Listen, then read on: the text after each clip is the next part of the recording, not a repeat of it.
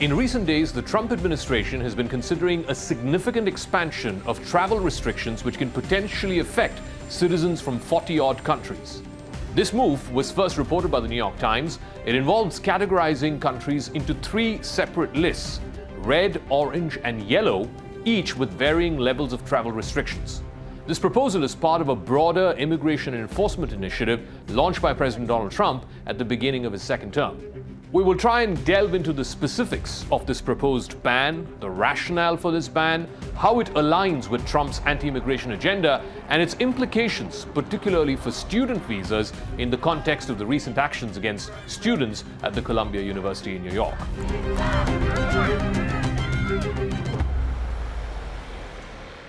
The proposed travel ban divides countries into 3 categories.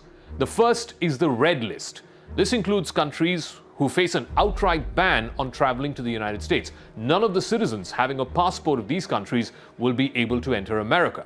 The list of banned travelers include countries like Cuba, Iran, Libya, North Korea, Somalia, Sudan, Syria, Venezuela, Afghanistan, and Bhutan.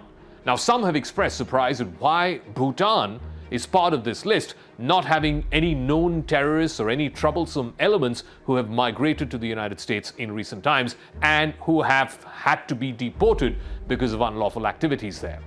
The second category is the orange list. Now, countries on this list will face restricted travel. They will have limited entry, allowed only after in-person interviews, and only for short-term non-immigrant visas. The orange list includes countries like Russia, Pakistan, Myanmar, Belarus, Haiti, Laos, Eritrea, Sierra Leone, South Sudan, and Turkmenistan. And finally, there is what is called the yellow list. This category consists of countries who will be given a 60-day notice to address specific security concerns. If any of these countries fails to comply, then travelers from these countries risk being moved to the orange or the red lists. The yellow list includes 22 countries, most of them from Africa and the Caribbean. There are countries like Angola, Antigua and Barbuda, Benin, Burkina Faso, Cambodia, Cameroon, to the Republic of Congo, even countries like St. Lucia, Vanuatu, and Zimbabwe. The rationale behind Trump's proposed ban is to enhance national security interests by identifying and also restricting travel from countries who have deficiencies when it comes to a vetting and screening process for who can get to travel to the United States.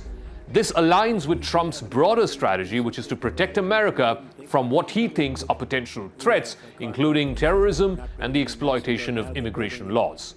This move is part of an executive order that was signed by Trump on his very first day in office on the 20th of January, which mandated enhanced security screenings for foreigners who are seeking entry into the United States. This draft proposal, which is now doing the rounds of the media, which could become an actuality in the next few weeks, is an enhanced measure from the executive order that he signed on the first day in office. During his first term, Trump implemented a travel ban targeting 7 majority Muslim countries. They were Iraq, Syria, Iran, Libya, Somalia, Sudan, and Yemen. That ban in the first term faced significant legal challenges. Multiple courts turned it down. There was public backlash as well, but ultimately it was upheld by the US Supreme Court in 2018. That ban was subsequently revoked when the next president came into office, Joe Biden. He described that travel ban as a stain on our national conscience.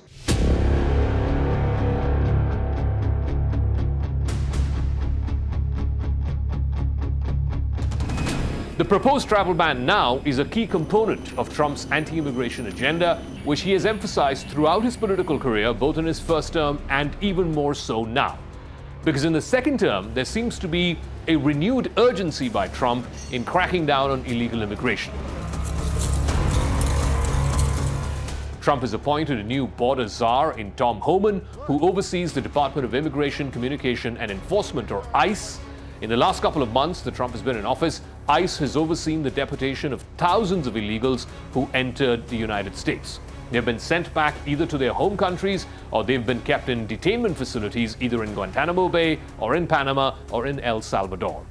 Trump has consistently argued that stricter immigration policies are necessary to safeguard America's national security and also to protect American jobs. This stand has been a central theme both in his campaigns when he was running for president, and also it has become a central policy initiative once he's taken office.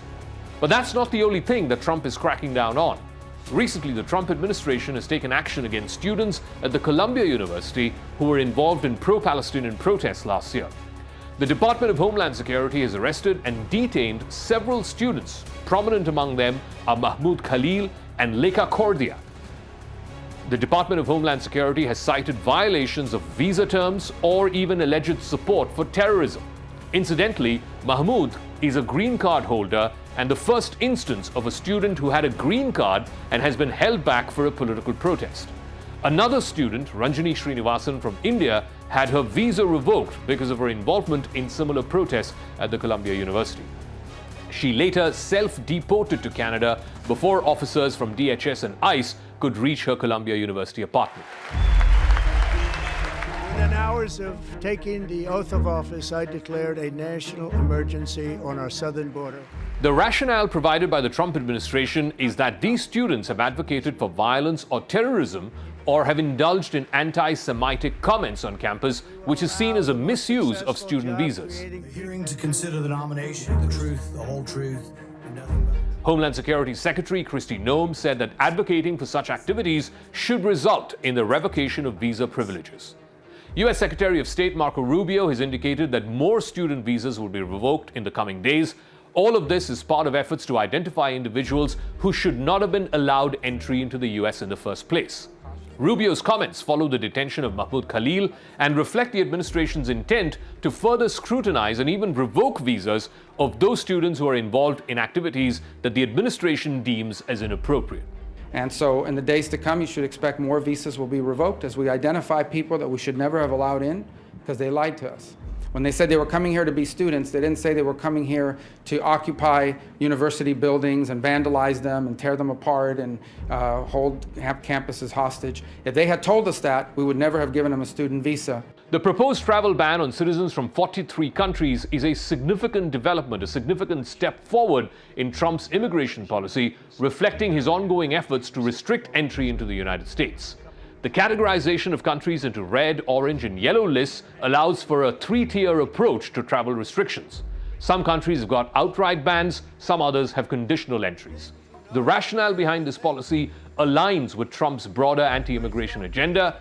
He emphasizes the need to protect the United States from both the threats of losing American jobs and the threats to America's national security.